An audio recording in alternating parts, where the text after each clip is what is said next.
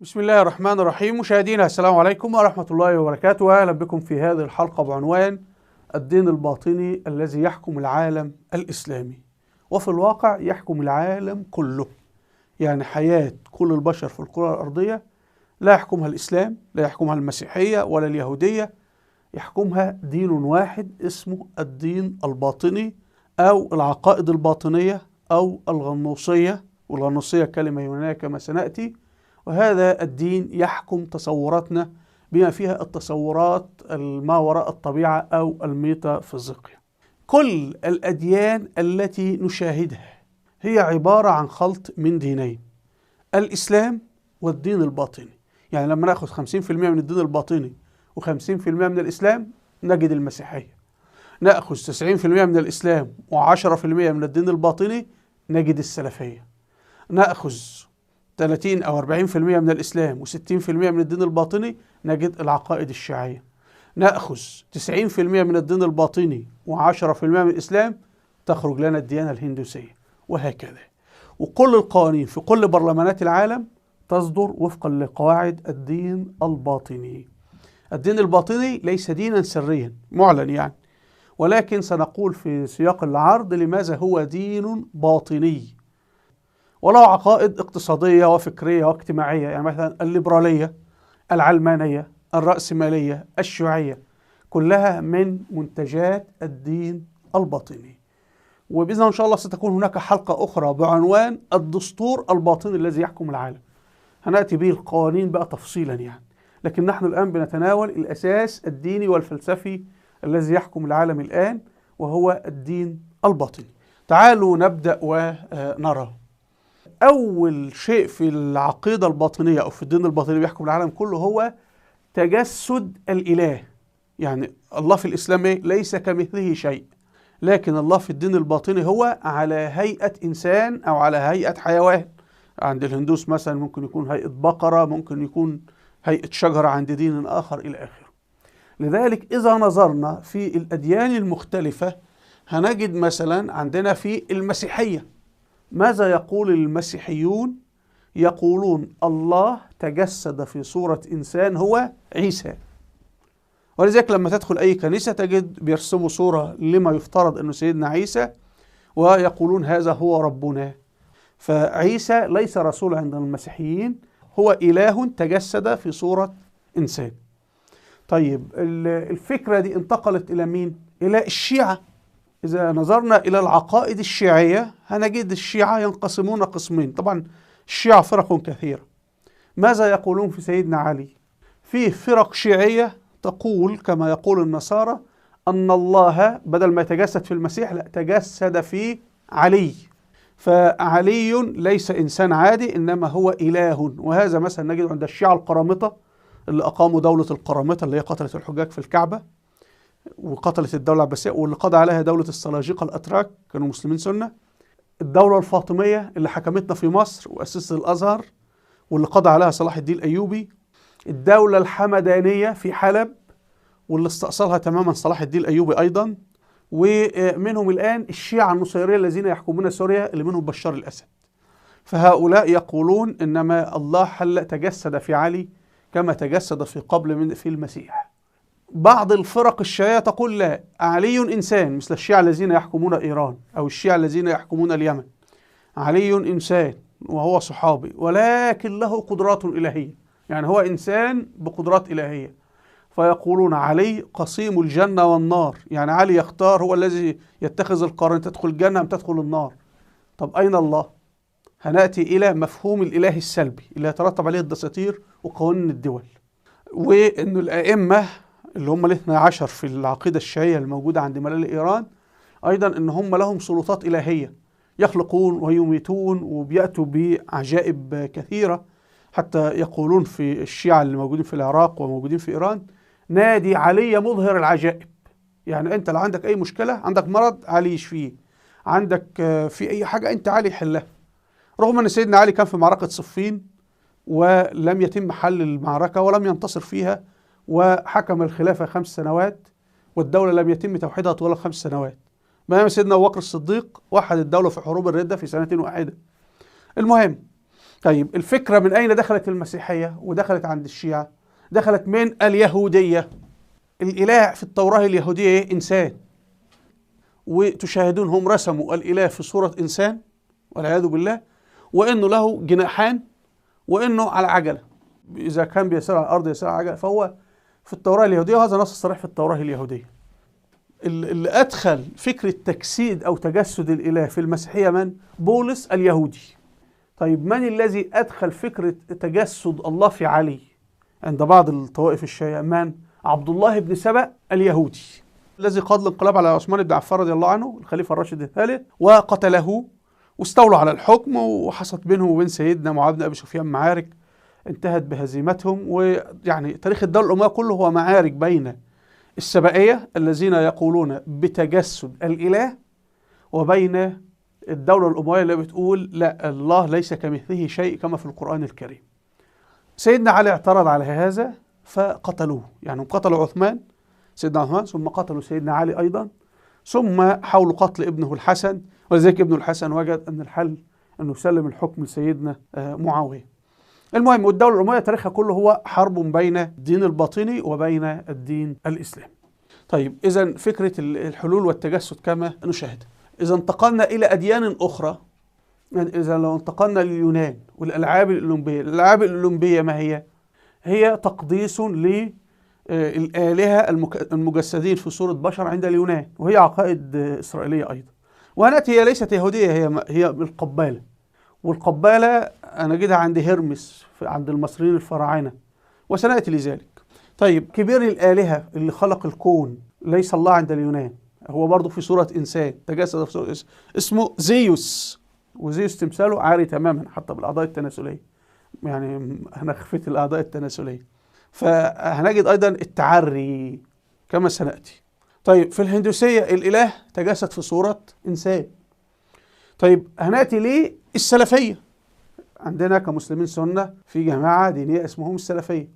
السلفية أيضا يرون أن الله تجسد في صورة إنسان، فيقولون هنا مثلا كتاب لواحد من مشايخهم اسمه حمود التويجري، وهذا الرأي السائد عندهم، يعني ألف كتاب عقيدة أهل الإيمان في خلق آدم على صورة الرحمن، يعني الله وفقا للعقيدة السلفية على شكل آدم، يعني شكل إنسان يعني.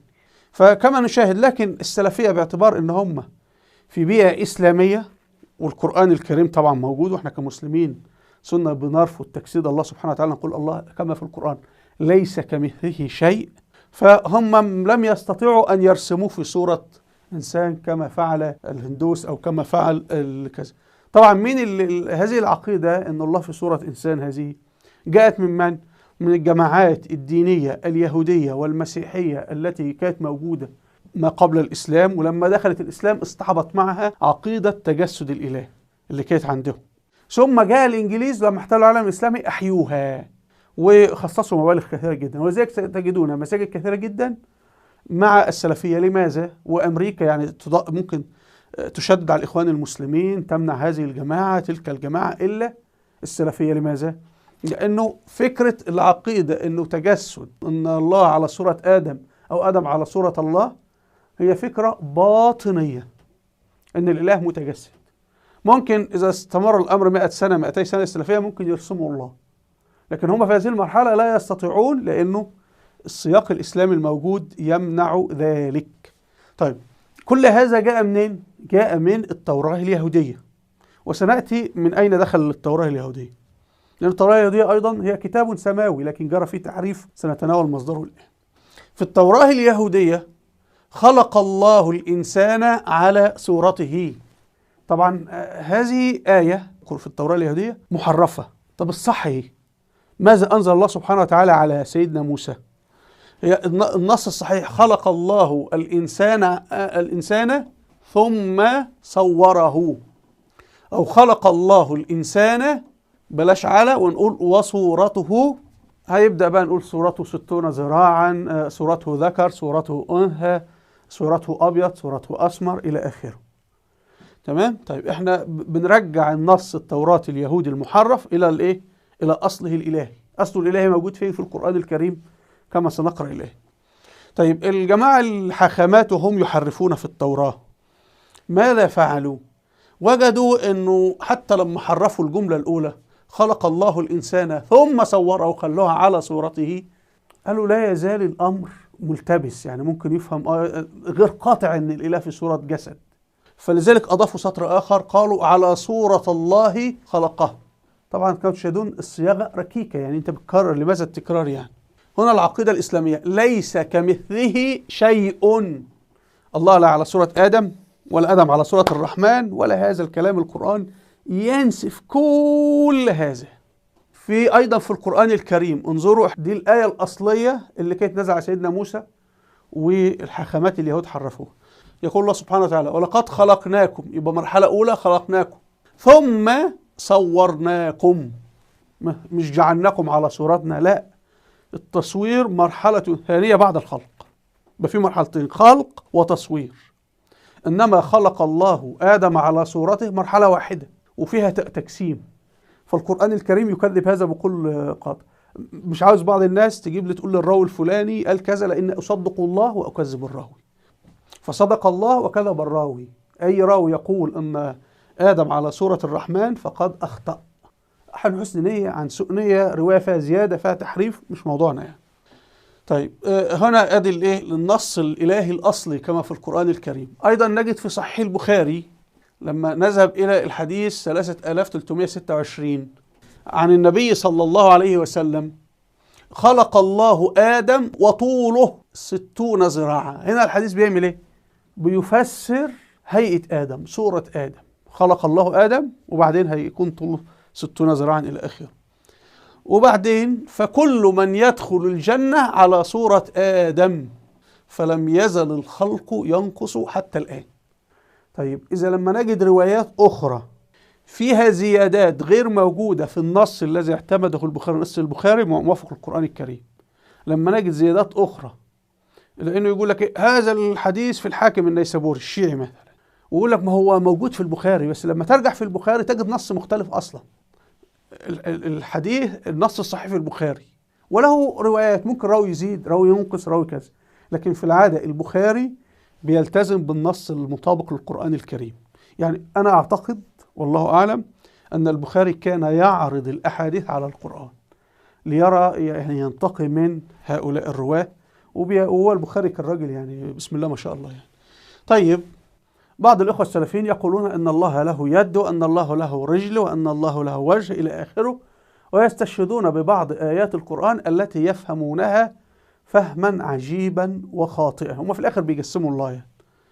فنقول إن آيات اللي فيها يد أو تذكر أن الله فيها أعضاء، إحنا آيات القرآن عندنا قسمين: آيات يتحدث فيها الله عن نفسه، يعني الله لما يتحدث عن نوره دي آية ربنا يتحدث فيها عن نفسه. آيات الكرسي الله يتحدث فيها عن نفسه. والآيات التي يحدث في الله فيها البشر، يعني مثلا يد الله فوق أيديه، هنا الله لم يقل، لم يثبت ولم ينفي أن له يد أصلا. قالت اليهود يد الله مغلولة، ربنا يرد عليهم بل يداه مبسوطتان. هنا الله لم يقل إن له يدان أو ليس له يدان أصلا، بل يداه مبسوطتان. هذا كريم. في أي لغة في العالم في شيء اسمه تراكيب لغوية يستخدمها أهل اللغة.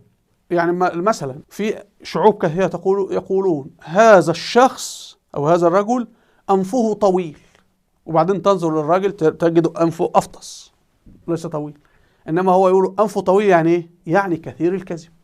هو ما هيش تفسير باطني ولا حاجة، هو أهل كل لغة له مصطلحات.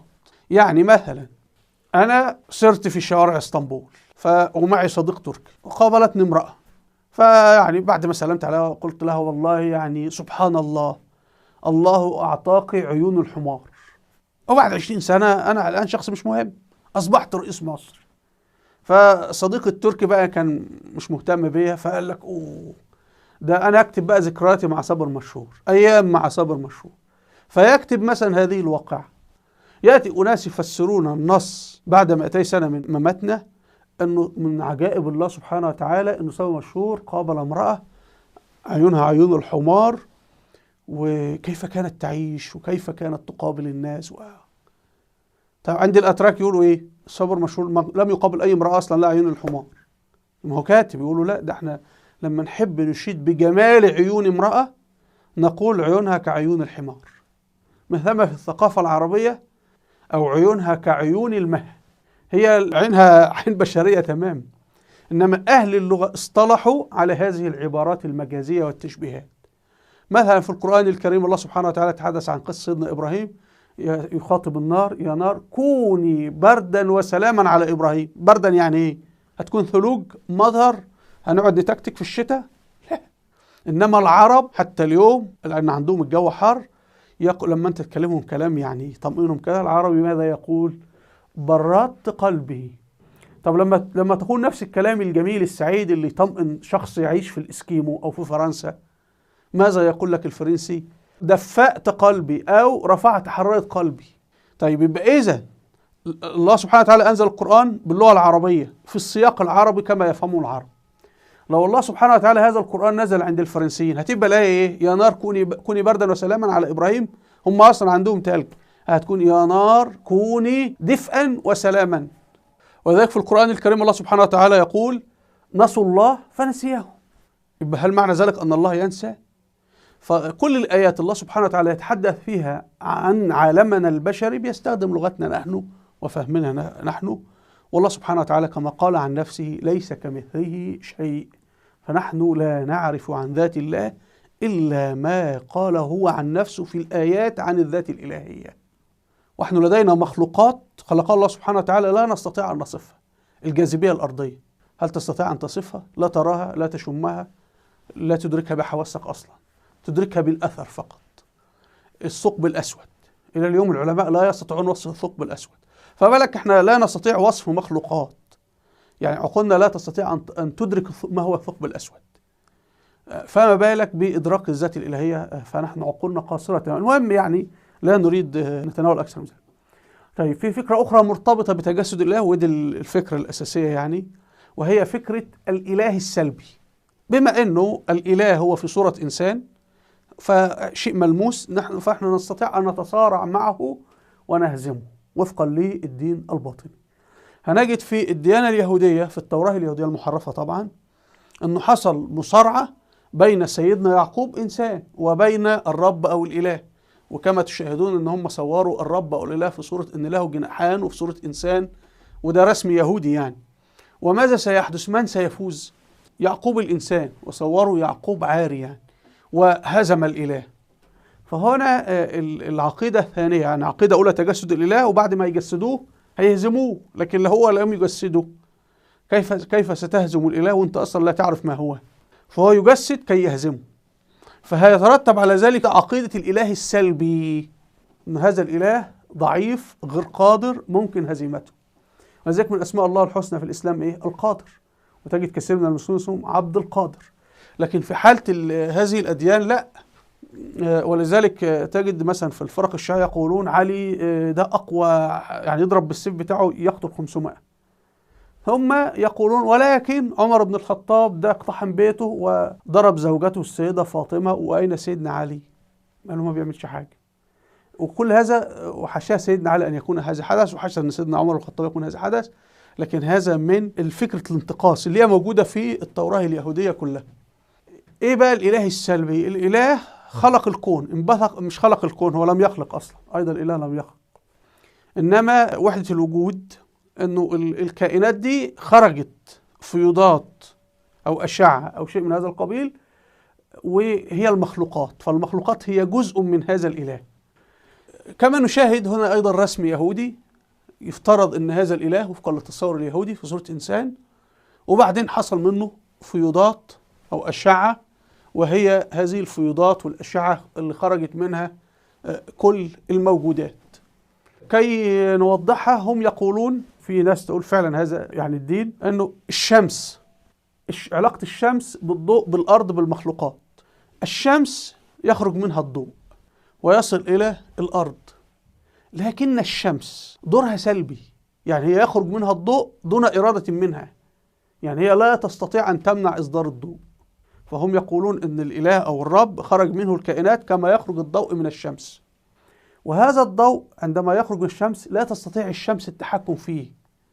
يعني الضوء يسقط على صحراء، يسقط على فتاة غير محجبة، على امرأة ترتدي نقاب، ترتدي حجاب، تسقط على حمار، على خنزير، على صحراء، على بحر، فهي إله سلبي، يعني دورها توجد الضوء ولا تتحكم فيه. فهم يقولون إن الإله دوره سلبي، يوجد المخلوقات منه ولا يتحكم فيها، وبما إنه هو سلبي فإحنا سنقوم نحن بدور الله، فإحنا نضع نحن القوانين.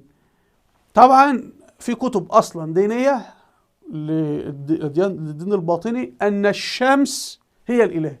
هترتب على ذلك اللي موجود في أوروبا وموجود اللي هو حكاية العلمانية، أنه الله خلق الكون وخلق الإنسان والبشر، ولكن هو دوره سلبي، نحن سنضع القوانين والدساتير وكل شيء يتحكم في منظومة البشر ومنظومة هذه الحياة. دي عقيدة الإله السلبي. طيب هتجدوا هذا مشروح في كتاب للدكتور بهاء الأمير اسمه متون هرمس وكتاب الشمس. هرمس طبعا ده كان في مصر، وهتجدوا على اليوتيوب كثير من الناس عن اللي بيدعوا للفلسفة الهرمسية وحكمة هرمس إلى آخره. طبعا كل هذا ما يسمونه عصر التنوير في أوروبا اللي احنا العصر الذي نعيش فيه يعني، وأنه مصدر الضوء، ولما الواحد بيموت بيستلقف النور. وفي صحفي في مصر مات الكل أشاد به، آخر ما كتبوا إيه؟ وهم أشادوا به لهذا يعني، يقول إيه؟ قادم إليك أيها الضوء، قادم إليك أيها الضوء، مش قادم إليك يا الله، أو قادم إلى ذاهب إلى الجنة، لا. فهمنا؟ طيب. ولذلك هنجد في المعابد المصرية القديمة أيضا الشمس وعبادة الشمس كما تشاهدون، فكرة الإله السلبي وأن الشمس هو الله، والشمس والإله السلبي والرب مرتبطين ببعض في الدين الباطني بغض النظر اسمه إيه، يعني اسمه القبالة، اسمه الهندوسية، اسمه البوذية. هنجد مثلا هنا أكبر الإله اللي أوجد الكون أو خرج منه الكون، بلاش هو لا أوجد لأنه إله سلبي أصلا، عكس في الإسلام الإله الله سبحانه وتعالى إيجابي، قادر، يفعل، رحيم، غفور، يدخل الجنة، يدخل النار، يضع تشريعات، قوانين، ينزل الوحي، ينزل المطر. فالله في الأديان السماوية هو إله إيجابي. طبعا المسيحية واليهودية أيضا الله إيجابي، ولكن حسب التحريف بتبدأ يسحبوا سلطة من الله سبحانه وتعالى أو يزعمون هذا يعني في تصور. هنجد في الديانة الهندوسية في الهند عندهم الإله اسمه برهما. هذا برهما انبثق منه كما تنبثق من الشمس، انبثق منه باقي الآلهة وباقي المخلوقات والبشر. فهناك من انبثق من قدمه اللي هم الطبقة الدنيا من الهندوس، وفي اللي انبثق من ذراعه، ما هو زي الشمس بقى، في اللي الشمس في ضوء بيتصدره الأعلى وضوء الأسفل وهكذا يعني. وستجدون أيضا أنه برهما والشمس أيضا الشمس موجودة في الخلفية، وهي نفس الفكرة عند الإله اليوناني زيوس اللي خرجت منه أو انبثقت منه الكائنات والمخلوقات والآلهة الأخرى. وحتى وأنا أحضر هذه الحلقة وجدت كثير من الإنجليز بيتكلموا أنه هل زيوس هو الإله وهو الرب وهو يسوع هو إلى آخر ما هنالك. ولذلك سنجد كتاب مهم جدا لشخص مهم حكم أوروبا طوال 20 سنة الماضية اسمه جيرمي كيرفين. جيرمي كيرفين أصبح الآن مستشار زعيم المعارضة التركية العلمانية كمال كليجدار أوغلو. هذا كتاب جيرمي كيرفين، كتب بيقول إيه؟ Who should play God؟ من سيلعب دور الإله؟ إن الله خلاص الإله سلبي، وهو جيرمي يرى بقى نفسه إن هو إيه؟ إحنا اللي نحكم البشرية. فقال لك نعمل أكل نباتي، الأكل اللحوم مضر. والله مسألة الزواج ما في داعي للزواج، ممكن تعيشوا مع بعض كده زنا بدون زواج. إنجاب الأطفال ما فيش داعي لإنجاب الأطفال، إحنا محتاجين مليار إنسان مثلا. مسألة يعني إعادة تشكيل البشر، هيركبوا شريحة إلكترونية في الدماغ. فالمهم ستجد مثلا الموت الرحيم ده عملوه في كندا وفي ألمانيا، وإحنا ممكن نقتلك لو تحب، وهنقتلك بطريقة حلوة. يعني هم حتى متى الإجهاض، نقتل الأجنة، إنه هذا الإنسان أصلا الطفل الجنين ده من الخطأ إنه يجي أصلا، وبعدين وجودك في الحياة مش مهم، فممكن نموتك ونريحك. فهو هذه الكتاب ده مر عليها 40 سنة بالمناسبة. جيرمي أصلا يهودي، لكن أعتقد أنه هو ما بيؤمن بالتوراة يعني الإيمان الحقيقي يعني. لكن هو فكرة الإله السلبي اللي هزم على يد يعقوب. فخلاص بقى إن الإله ده خلاص هو يعني دوره انتهى، فإحنا بقى بنشتغل، إحنا بنقوم بسلطاته ومهمة. ولذلك حضراتكم مثلا لما تذهب في فرنسا يقول لك حضرتك دينك إيه؟ تقول له مسيحي، أهلا وسهلا. دينك إيه؟ يهودي، أهلا وسهلا. هندوسي، أهلا وسهلا. يوناني، أهلا وسهلا. أنا بعبد الحمار، أهلا وسهلا. بعبد الثعبان، أهلا وسهلا. فتقول له أنا مسلم أعبد الله، يقول لك لا، قف. هنا بقى ممنوع الحجاب، الاندماج في المجتمع، لابد تأكل لحم الخنزير، لابد بنتك تنزل حمام السباحة عارية. أنت أعطيت الحرية لكل الأديان، لماذا نحن يعني عملت معنا هذه المشكلة؟ إنه كل هذه الأديان هي في جوهرها دين واحد. بالضبط. أنا هذا القميص الشركة صنعته لونه أبيض، ممكن بتعمل نسخة منه لونه أخضر، لونه أحمر، لكن هو قميص واحد وأنت غير لونه يعني. طيب، ولذلك هنجد ان جيرمي اللي ألف كتاب من سيلعب دور الله، عمل ايه جيرمي؟ ادي جيرمي اهو، كان مستشار للرئيس الفرنسي، وبعدها جيرمي مستشار لانجيلا ميركل رئيس وزراء المانيا. يعني جيرمي يحكم. وهنا مستشار لرئيس وزراء ايطاليا روماني برودي، ومستشار للاتحاد الاوروبي، مستشار لهذه المرأة اللي اسمها اورسولا فون دير لاين اللي هي رئيسة الحكومة الاوروبية، اسمها المفوضية الاوروبية، ومستشار لرئيس البرلمان الأوروبي ديفيد ساسولي، ومستشار لشخصيات كثيرة. لكن يعني المهم هو إيه؟ هو بيرى أنه بيقوم بدور الإله. أنا الآن الرب على هذه الأرض، لأنه خلاص الإله دوره كالشمس أطلق الضوء، لكن إحنا بقى هننظم الضوء والقوانين، وهنا هنعمل ظل، وهنا لا هنعمل مراية عاكسة، وهكذا.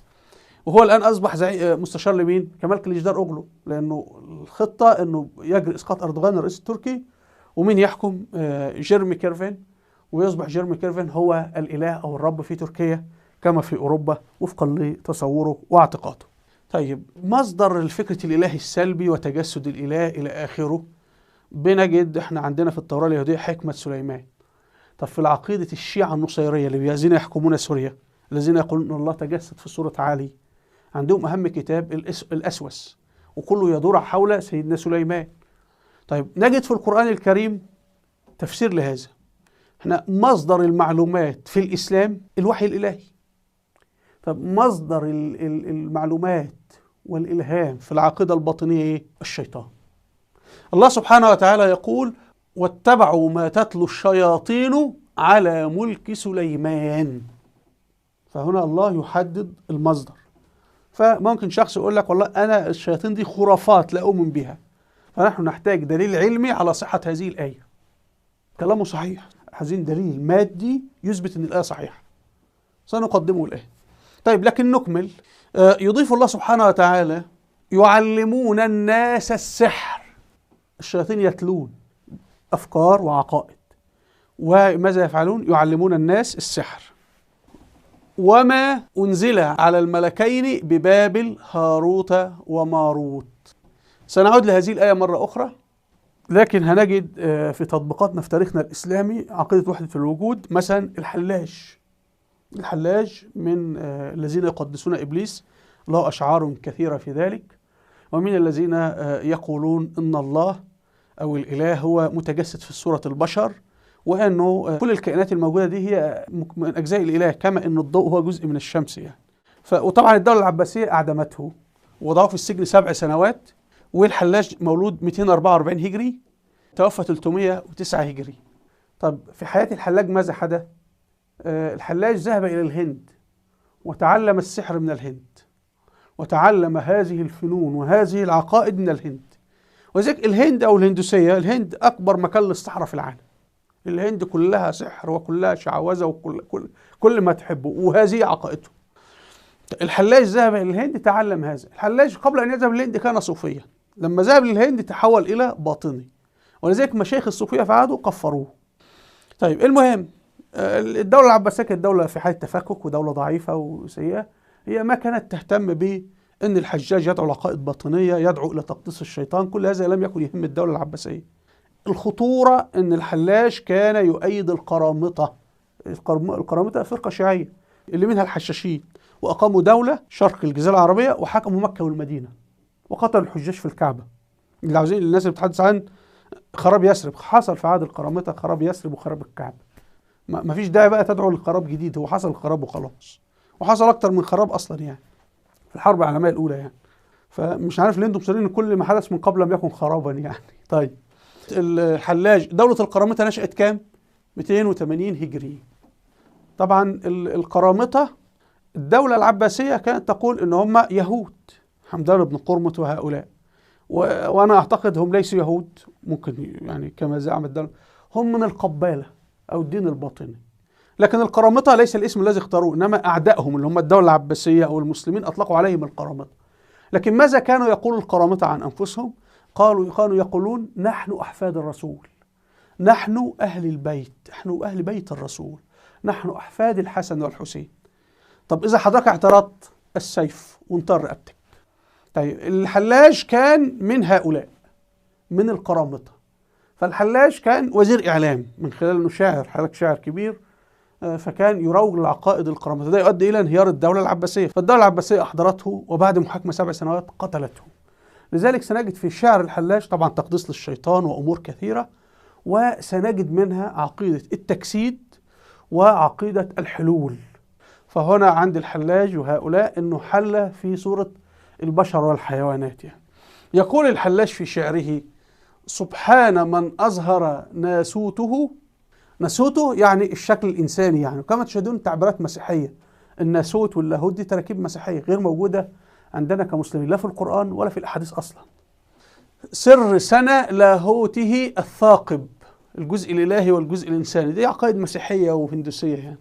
ثم بدا ظهر في خلقه ظاهرا في صورة الآكل، الإنسان الآكل والإنسان الشارب. يعني الإنسان اللي بيشرب كله، يعني أقصد به الناس لما ترى واحد بيشرب ولا بيأكل أو كذا، أي إنسان يعني، فهو جزء من الإله، عقيدة وحدة الوجود يعني.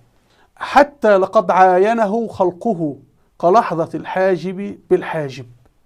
والحلاج طبعا له أشعار يعني يقدس فيها إبليس، والديانة الباطنية كلها فيها تقديس إبليس. وأنا فوجئت أن الناس يقولون نحن بنكره الإسلام وضد الإسلام لأن الإسلام ليس دين العلم وفي خرافات وكلام من هذا القبيل.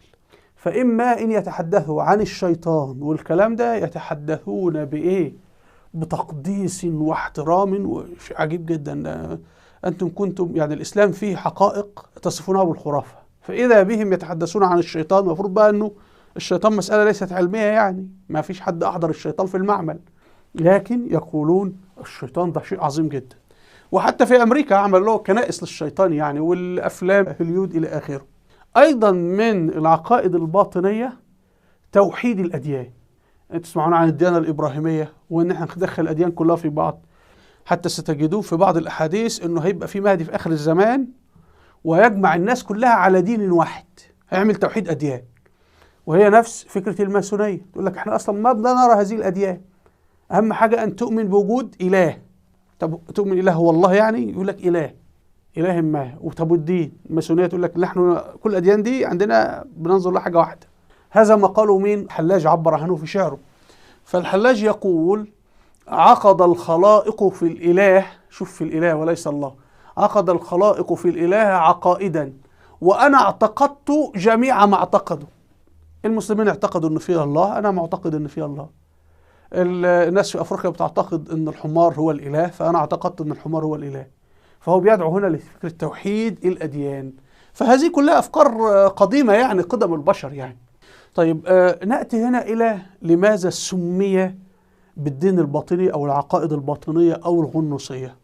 لأنه في مجموعة دينية، مثلا القساوسة في المسيحية أو الرهبان في الهندوسية، الحاخامات في اليهودية، المراجع عند الشيعة. هناك مجموعة بشرية أعلى من باقي البشر، طبقة عليا، وهؤلاء فيهم أسرار، يسمون يعني مطلعون على أسرار الديانة التي لا يجوز للعامة أمثالنا يعني إن احنا نطلع عليها.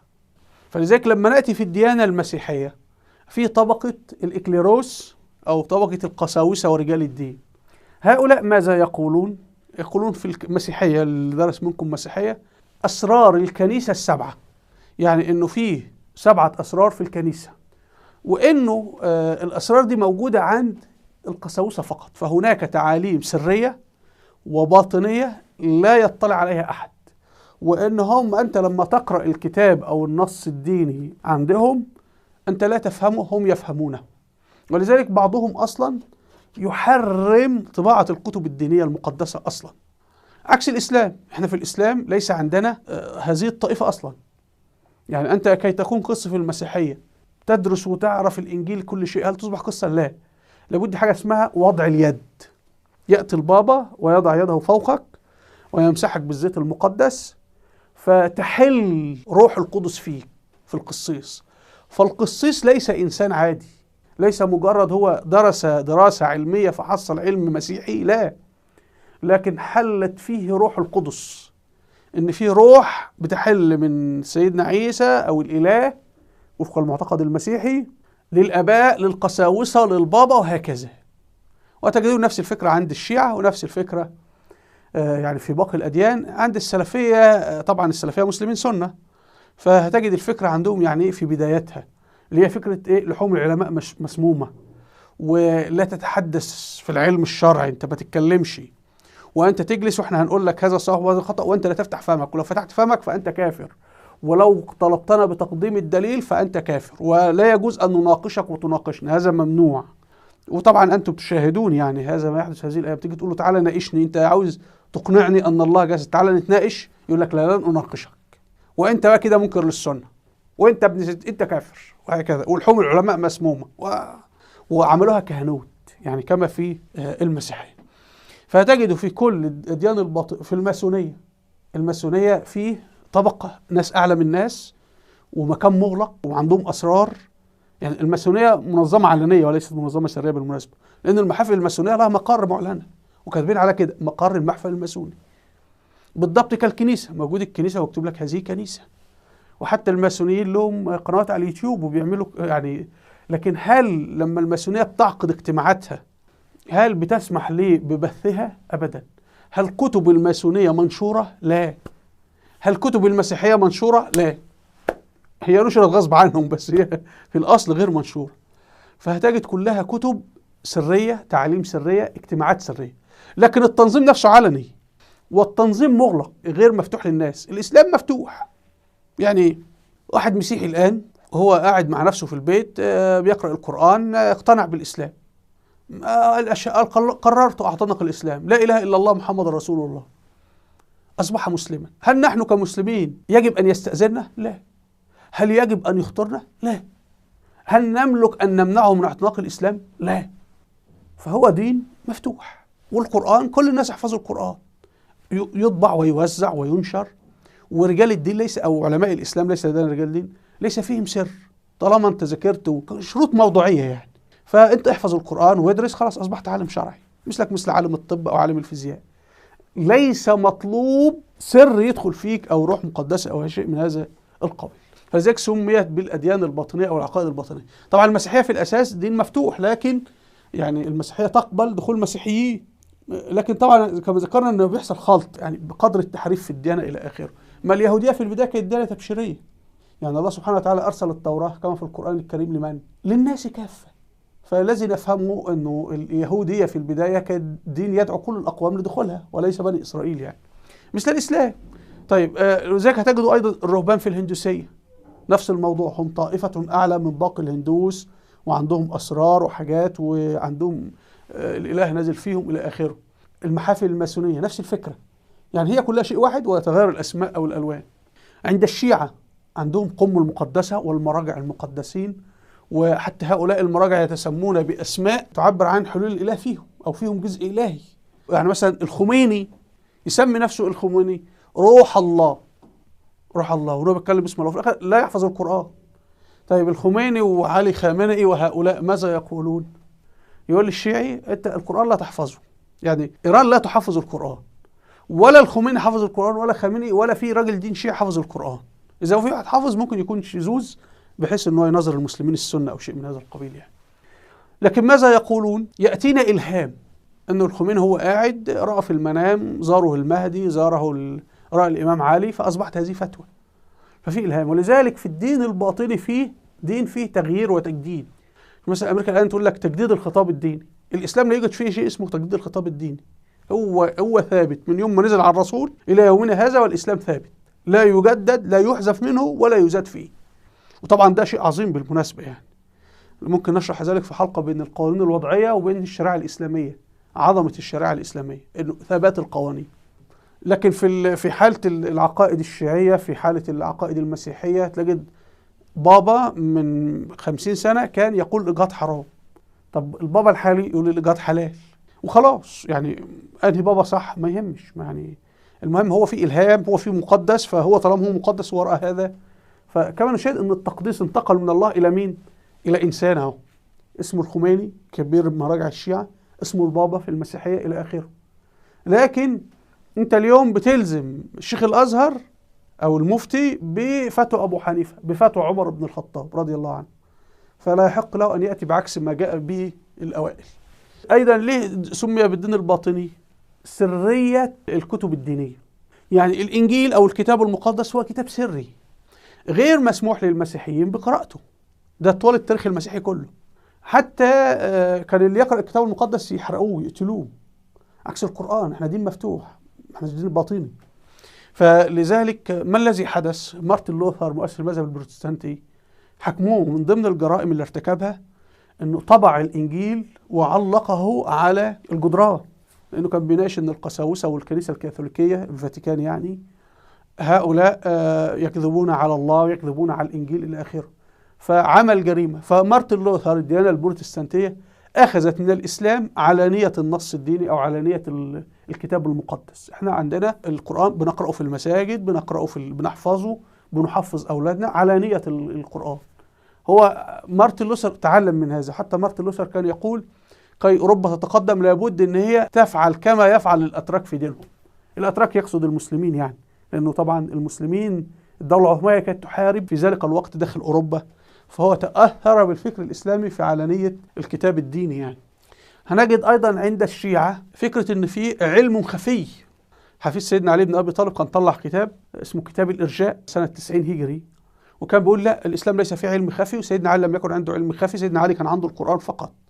وحتى هتجد في صحيح البخاري سؤال لسيدنا علي هل أعطاكم الله شيئا غير اللي زع الرسول؟ فيقول فسيدنا علي يقسم بالله أبدا، إنه كان بيرد على عبد الله بن سبأ وهؤلاء اللي بيقولوا إحنا عندنا علم لدني، علم خفي، علم باطني مخفي عن عامة الناس، نحن فقط الذين نعرفه.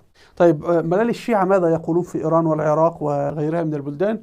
يقولون عندنا مصحف فاطمة غير القرآن. أين هو مصحف فاطمة؟ طلعوه. طيب يقولون في السرداب تحت الأرض مع المهدي. أين المهدي؟ ما احنا مش عارفين أين المهدي. ويرتب أحكام على ذلك، يقول لك عندنا الجفر، احنا عندنا حاجات باللي يحصل آخر الزمان إلى آخره.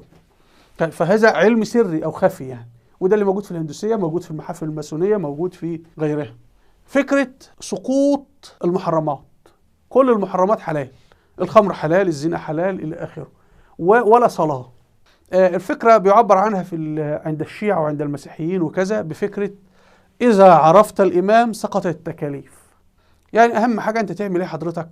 تسلمنا نفسك، أنت نربط الحبل في رقبتك وسير خلفنا، وبعد ذلك لا مطلوب منك لا صلاة ولا صوم ولا غيره. يعني في فرق الشيعة النصارى اللي بيحكموا سوريا منهم بشار بيقول لك لا صلاة لا صوم لا زكاة لا غيره، والشيعة القرامطة اللي عملوا دولة خلافة، والشيعة الفاطميين اللي حكموا مصر وحكموا تونس وحكموا الجزائر، والحمدانيين يقول لك لا صلاة لا صوم، كل حاجة، كل الفروض الإسلامية. حتى الحلاج كان يقول لك الكعبة أسقط الحج، أنت اعمل كعبة في بيتك وخلاص وحج وهكذا. فتجد أنه علاقة الإنسان بالدين الباطني هي انعدام وجود ممارسات دينية أصلا، لا وجود له. يعني المسيحي ما العبادة التي يقوم بها؟ ولا حاجة. أنت يوم الأحد اذهب للقسيس، اثبت حضور، وهناك أهم شيء تذهب للقسيس تفصح له عن كل شيء، سر الاعتراف، تعترف بكل ذنوبك، والقسيس يقول لك غفرت لك وتروح. هتصلي الفجر؟ لا. الظهر؟ لا. العصر؟ لا. سقط كل التكاليف. فتجدها عند الشيعة بمعنى مسموها القضاء، انه ايه؟ انت لا تصلي ولا تصوم، ولما تموت اولادك يدفعوا فلوس للشيخ، والشيخ هو سوف يصلي نيابة عنك او يصوم نيابة عنك، وكده انت خلاص. اهم شيء تعرف الامام. يعني ايه تعرف الامام؟ تسير خلف الخميني او خلف فلان وخلاص وانتهينا. طب لو صليت وصمت والتزمت بالحلال وامتنعت عن الحرام ولم تسر خلف الامام، انت تدخل النار. فهتجد هذا في الماسونية، اهم حاجة تنفذ ما نقوله. وفكرة لا تسأل ولا تناقش. يعني انت دخلت الماسونية، هل بتسأل وتناقش؟ لا. دخلت في المسيحية، البابا قال يمين شمال، هل تسأل وتناقش؟ لا. الشيعة لا، هو الراجل الخميني روح الله، انت مين انت؟ من انت؟ آية الله، من انت؟ هو مقدس، هو بيأتي الإلهام. وهو المراجع الشيعة يقولون نحن أهل بيت الرسول، نحن أحفاد الحسن والحسين. هتقول لهم لا، أنتوا جايين أصلا من مملكة سبأ اليهودية اللي كانت في اليمن، وبعدين لما حصلت حروب مع الدولة الأموية هربوا إلى قم في إيران وعملوا بقى اللي عملوه. فهمنا القصة؟ طيب، من ضمن الأمور الأساسية في الدين الباطني نشر الجنس، ليس ممارسة الجنس إن رجل يمشي مع امرأة لا، علانية الجنس ودعوة الناس للجنس. فمثلا في الديانة الهندوسية حضراتكم في معابد هناك لممارسة الجنس علانية، والرسوم كلها جنسية. طبعا دي صورة بعيدة، طبعا في صور حتى فيها جنس مع الحيوانات يعني. فهناك إن ممارسة الزنا عبادة. ما هو الدين الباطني إيه؟ كل حاجة في الإسلام لو هي حلال في الإسلام هتبقى حرام. يعني الحلال في الإسلام تأكل اللحوم، يبقى في اللحوم هناك محرمة، فتلاقي الهند ممنوع أكل اللحوم أو الأكل النباتي يعني. طيب الجنس أو الزنا حرام في الإسلام، يبقى هناك الزنا مش مباح، ده هو ممارسته عبادة. الزنا عبادة، فالزنا في الهندوسية كما تشاهدون عبادة يعني. طيب حتى ده ممارسة جنس مع حيوانات، عملنا تظليل على الصورة يعني. وعلى فكرة واللي كان كده الفلاسفة الفرنسيين اللي في العصر القرن العشرين دعوا لممارسة الجنس مع الحيوانات، وفي أوروبا بيغتصبوا الحيوانات يعني، واحد مربى حاجة معاه في البيت بيغتصبها يعني. هتجدوا الدعوة للجنس موجودة في الكتاب المقدس في سفر اسمه نشيد الأناشيد. نشيد الأناشيد الموجود في الكتاب المسيحي كله وصف لجسم المرأة وثديائها وفخذيها والزنا بها والجنس وكذا، وستجدوا بقى قصص جنسية حتى يلصقونها بالأنبياء والعياذ بالله. يعني ان الانبياء مارسوا الجنس اللي مع ابنته واللي مع مش عارف مين، واللي يعني حاجات. كل التماثيل الهندوسيه واليونانيه هتجدها عرى، تعري كامل. واصبح الان الدعوه للتعري، حتى عاملين الشواطئ يعني المراه تكون عاريه يا بتنزل لابسه قطعه يعني، هي في الاخر شبه عاريه يعني. فالتعري ايضا جزء من الديانه او العقيده الباطنيه. طبعا ستلاحظون انه في انسان مثلا ممكن ياخد 80% من الاسلام و80% من العقيده الباطنيه وهكذا يعني. طيب هنجد الثوره الفرنسيه اختارت رمزها ايه؟ امراه عاريه الصدر. يعني كان المفروض بقى تعري الكل يعني، لكن هي فرنسا الان تعري الكل يعني. ايضا كمساله التعري والجنس والكلام ده كله، الترويج للامور الجنسيه. هتجد عند الشيعه زواج المتعه. الشيعة كما بينقسموا فرق كثيرة، لكن هم قسمين رئيسيين. قسم يقولوا الجنس مباح أصلا، ما فيش حاجة اسمها زنا، أي امرأة تشوفها عاوز تزني معاها زني ما فيش مشكلة، زي الشيعة القرامطة والفاطميين والشيعة اللي بيحكموا سوريا اللي هم النصيرية منهم بشار الأسد. وفي الشيعة بتوع إيران والعراق بيقولوا لا، هو يعني أي امرأة عاوزها تاخدها ساعة خدها ساعة وتدفع لها الفلوس، يعني أسلوب الدعارة، ولكن سنسميه زواج مؤقت أو نكاح المتعة. عند السلفيين ماذا يسمى زواج المتعة؟ يسمى زواج المسيار. انت عاوز تاخد امرأة خدها في فندق ولا في شقة مفروشة، امشي معاها شهرين وطلقها، هو انت هتدفع نفقة ولا انت توفر سكن؟ فأهم ما في الإسلام في الزواج ايه؟ الإشهار، وجود مسكن للزوجية، وجود نفقة، لأن انت لما تمارس العلاقة مع المرأة ستحمل، في أطفال نرمون في الشارع. تعالوا نقرأ بعض النصوص الدينية عند الشيعة. مثلا هنا في كتاب اسمه منهج الصادقين، ده للملا فتح الله كاشاني. ماذا يقول؟ بينسب للرسول صلى الله عليه وسلم، بيقول طبعا نص فارسي لكن النص كاتبينه بالعربي: من تمتع مرة، يعني من زنى بامرأة مرة يعني انت متزوج واحدة زوجة دائمة، ولكن بقى ايه اذني بكل يوم بامرأة يعني ما فيش مشكلة، ما انت عادي، ما هو المتزوج بيروح دار الدعارة ياخد امرأة يعني. فبقول لك من تمتع امرأة يعني من زنى بامرأة درجته كدرجة الحسين، ومن تمتع مرتين زنى مرتين درجته كدرجة الحسن، ومن تمتع 3 مرات فدرجته كدرجة علي، ومن تمتع 4 مرات درجته كدرجتي. يعني اللي يزني 4 مرات ده يخش الجنة. طيب في حديث أخرى أن الرسول صلى الله عليه وسلم قال، حديث مكذوب طبعا على رسول ومكذوب على سيدنا علي وعلى سيدنا الحسن والحسين: من خرج من الدنيا ولم يتمتع جاء يوم القيامة وهو أجدع، يعني أنفه مقصوصة. فالذي لا يزني يعني لا يخون زوجته، لا يزني، هيجي يوم القيامة ايه؟ في حديث بقى انه ملعون. هنا في كتاب وسائل الشيعة، ده كتاب معتمد في ايران وفي العراق، للحر العاملي، وده من كبار علمائهم، ده في الدولة الصفوية، الجزء 21. ايضا هينقل حديث عن جعفر الصادق، وجعفر الصادق رضي الله عنه حاشاه يعني لم يقل هذا، انما زور على لسانه يعني. وجعفر بالنسبة لهم معصوم لا يخطئ، يعني اللي يقوله هو كلام الله يعني. قال: ما من رجل تمتع يعني زنى ثم اغتسل إلا خلق الله من كل قطرة تقطر منه 70 ملكا يستغفرون له إلى يوم القيامة ويلعنون مجتنبها، مجتنب الزنا أو التمتع، إلى أن تقوم الساعة. وأحاديث كثيرة جدا. فتجد هناك حظ، لابد أن تزني، لابد تمارس الجنس مع النسوان، خد لك مرأة كل يوم كده، أنت شيء عظيم. وده حاجة عظيمة اللي هي إيه؟ ما هي عبادة أهي، الجنس عبادة. وهو في الهندوسية إيه؟ الجنس عبادة. وفي اليونانية وفي الإغريقية هنا بيتكلم عن مصدر السحر. الآية القرآنية بتقول إيه؟ واتبعوا ما تتلو الشياطين على ملك سليمان. هنا هنجد السحر مسألة أساسية في الدين الباطني، مسألة أساسية. تعالوا القبائل اليهودية كلها سحر، واحنا القبائل هي مش يهودية، لكن هم يعني هو الدين الباطني بيعملوا ايه؟ المعتنق الدين الباطني إذا كان بين المسلمين يقول أنا مسلم وهو ليس مسلم، إذا كان بين اليهود يقول أنا يهودي وليس يهودي، إذا كان بين المسيحيين يقول أنا مسيحي وليس مسيحي، وهكذا. فهمنا؟ إذا كان بين الصوفية يقول أنا صوفي وليس صوفي. هنا حضراتكم في القبالة اليهودية، وطبعا أكبر بلد فيها سحر في العالم فين؟ الهندوسية، الهند. والهندوسية ديانة لا تريدك أن تدخلها أصلا، احنا شعب الله المختار وخلاص. اليهودية لا تدخلها. أنا اقتنعت بالدين اليهودي أدخله، يقول لك ممنوع. اقتنعت بالدين الهندوسي تدخله، لا، احنا شعب الله المختار، احنا قافلين على نفسنا. ده حضراتكم رسمة يهودية من القرون الوسطى، القبائل اليهودية هتجدوا فيها رسم شجرة الحياة اللي هم بيعملوها بتوع اليوجا، هي نفسها هي، وإن اختلف الاسم. يعني حضراتكم انظروا اهو، ادي الرسم بتاع الطاقة والكلام ده كله اللي بيسموها شجرة، دي رسوم يهودية. وادي اهو انظروا نفس الرسم اهو، والعبارات حتى كاتبين بالعبر وبحروف لاتينية الى اخره، ده كله في التاريخ. هتجد في اليوجا بيسموها الشاكرات، وذلك فاتحين في العالم كله مراكز لنشر اليوجا لان هي جزء من هذا الدين. طيب هنا مثلا جزء كما تشاهدون الاكل النباتي في الهند. لماذا؟ لانه في القرآن الكريم ان انت تاكل اللحوم، لكن هناك الاكل النباتي. فتجد البوذيه ممنوع اكل اللحوم، نباتي فقط. الهندوسيه كل الهند نباتيه. والان اليسار في العالم بيقول ايه؟ اكل نباتي. وبنشوف الناشطين بتوع البيئه يسكبون الالبان ويقولوا كفايه اكل اللحوم. الفكره كلها تقوم، كل الممارسات الدين الباطني تقوم على اضعاف الوعي. في الدين الاسلام ايه؟ ايقاظ الوعي. يعني في الدين الاسلامي الخمر ممنوع، لماذا؟ تسهب العقل. كل ما يضعف العقل، المخدرات، كل ما يضعف العقل في العقل حرام في الاسلام. كل ما يضعف العقل في الدين الباطني ويجب فعله.